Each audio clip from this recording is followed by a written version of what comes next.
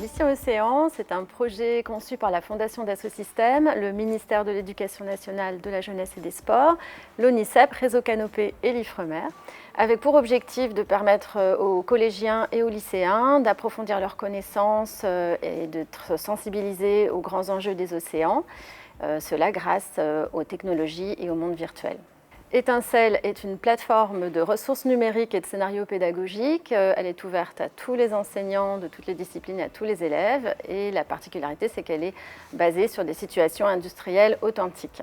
Elle est opérée par Réseau Canopé, en étroite collaboration avec la Direction du numérique pour l'éducation.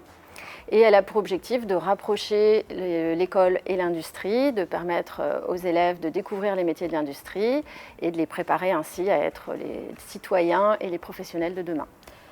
Au sein du projet Mission Océan, Étincelle met à disposition de nombreuses ressources coproduites avec les partenaires industriels et scientifiques et les scénarios pédagogiques associés.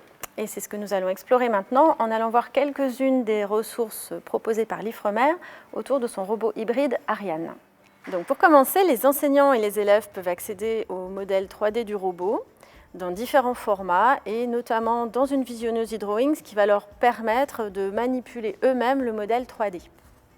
Pour mettre cet apprentissage en contexte, les élèves vont pouvoir aussi visionner une vidéo qui montre les premières plongées du HROV, les différents tests effectués par les équipes de l'Ifremer pour analyser le comportement de l'engin. Et comme dans Étincelle, le principe est que les élèves aient accès à des documents industriels authentiques, ici, ils vont pouvoir également consulter un dossier d'ingénierie réalisé par l'Ifremer qui donne toutes les spécifications du robot.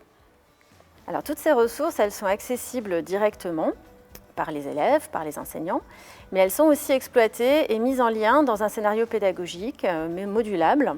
Et pour le HROV, on propose par exemple une séance en technologie pour le cycle 4, donc au collège. Alors, qu'est-ce que les élèves vont faire dans cette séance? Ils vont d'abord se familiariser avec les fonctionnalités de la visionneuse 3D. Ensuite, ils doivent s'appuyer sur la maquette numérique du robot pour expliquer le fonctionnement d'une partie technique de l'engin sous-marin.